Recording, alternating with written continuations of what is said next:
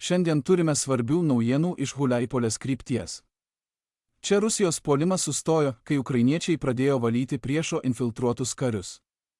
Tačiau dabar Ukrainos kariuomenė pakėlė kartelę, į priekį siunčiamos šarvuotos kolonos kaip smaigalys, siekiant prasiskverbti giliai į Rusijos pozicijas. Ukrainos pajėgos išnaudoja susilpnėjusias Rusijos pozicijas į šiaurę nuo Huleipolės, bandydamos prasiveržti Dnipropetrovsko ir Zaporižės sričių sankirtoje. Ukrainos planas apėmė nuolatinius dronų smūgius, kad būtų išsekinta Rusijos gyvoji jėga ir atimta galimybė įsitvirtinti dešiniajame Haichuro upės krante. Sistemingi Rusijos komunikacijų trikdžiai, kuriuos sukėlė Starlink išjungimas ir dalinis Telegram draudimas, leido naudoti šarvuotą techniką, apribojant Rusijos galimybės greitai reaguoti. Pasinaudodami nepalankiomis oro sąlygomis, kurios slopina Rusijos dronų žvalgybą ir leidžia išlaikyti didelę artilerijos paramą, Ukrainos daliniai sukūrė palankės sąlygas kontrpuolimui. Ukrainos šarvuoti daliniai veda atakas, stumdami į priekį techniką, kad pralaužtų kelis Rusijos gynybos sluoksnius. Tai buvusios Ukrainos įtvirtinimai, apkasai, spygliuota viela, skirta sulėtinti puolimą, prieštankinės kliūtys, tokios kaip drakono dantys ir grioviai, kad būtų užkirstas kelias šarvuotų pajėgų prasiveržimui, bei minų laukai, stabdantys bet kokį judėjimą į priekį. Ukrainos kariai kovoja, kad atsiimtų dalį savo buvusios antrosios gynybos linijos, kuri dabar yra Rusijos kontroliuojama. Geolokuota filmuota medžiaga, kurią pateikė 475 atskiras šturmo pulkas, rodo, kaip šarvuotos transporto priemonės judėjo link fronto linijos per Vozdviživkos kaimą, nepaisant to, kad jas taikėsi Rusijos šviesolaidžių valdomi dronai ir išlaikė tempą po ugnimi. Transporto priemonės pasiekė savo tikslą, o pėstininkų daliniai buvo išlaipinti tiesiai ant Rusijos įtvirtinimų, kad juos greitai užimtų. Ukrainos kariai sistemingai valė šias gynybinės pozicijas, mesdami granatas į apkasus ir naikindami priešo karius šaunamaisiais ginklais prieš įžengdami vidun. Padalinys išvalė svarbiausias Rusijos pozicijas palei Haichuro upę ir sėkmingai puolė, toliau stumdamas Rusijos pajėgas atgal.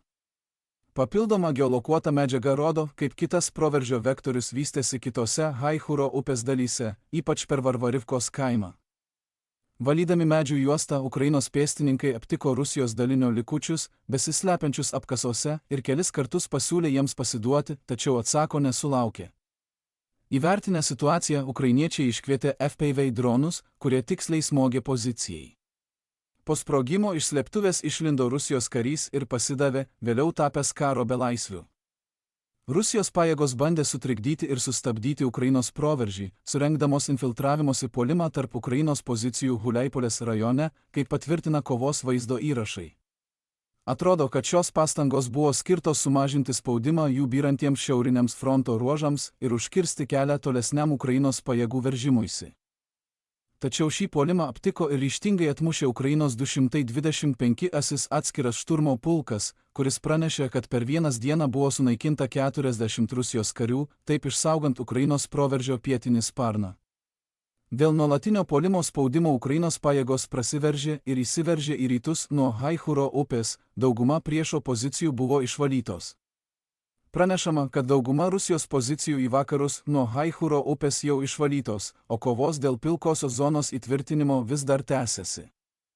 Kai kuriuose ruožuose Ukrainos pajėgos pasistumėjo maždaug iki 10 km, suardydamos Rusijos pasirengimus kontrpuolimui.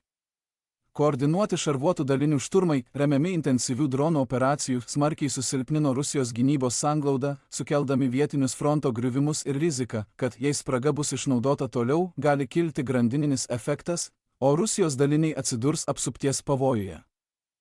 Tuo pačiu metu Ukrainos pajėgos žymiai pagerino savo taktinės pozicijas, atgaudamos svarbias vietas, kurios gali tapti atspirties taškais tolesniems puolamosioms operacijoms, tiek grasinant Huleipoliai iš šiaurės, tiek siekiant atsiimti visą gynybos liniją. Apskritai, Ukrainos pajėgos perėmė iniciatyvą Huleipolės sektoriuje ir giliai įsiveržė į Rusijos kontroliuojamą teritoriją, per kelias dienas panaikindamos rusų mėnesiais ir didelėmis aukomis pasiektus laimėjimus.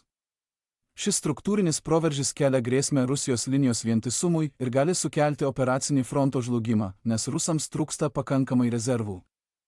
Sutrikus jų ryšiams, Rusijos vadovybė gali tik spėlioti, iš kur ateis kitas Ukrainos smūgis. Jei norėtumėte sužinoti apie kitus svarbius šiandienos įvykius, kurių nespėjome aptarti šiame vaizdo įraše, būtinai apsilankykite mūsų interaktyviame naujienų žemėlapyje. Nuorodą į mūsų interaktyvų žemėlapį rasite aprašyme žemiau. Ačiū, kad žiūrėjote šią apžvalgą ir ypatinga padėka visiems, kurie jau seka mūsų interaktyvų žemėlapį.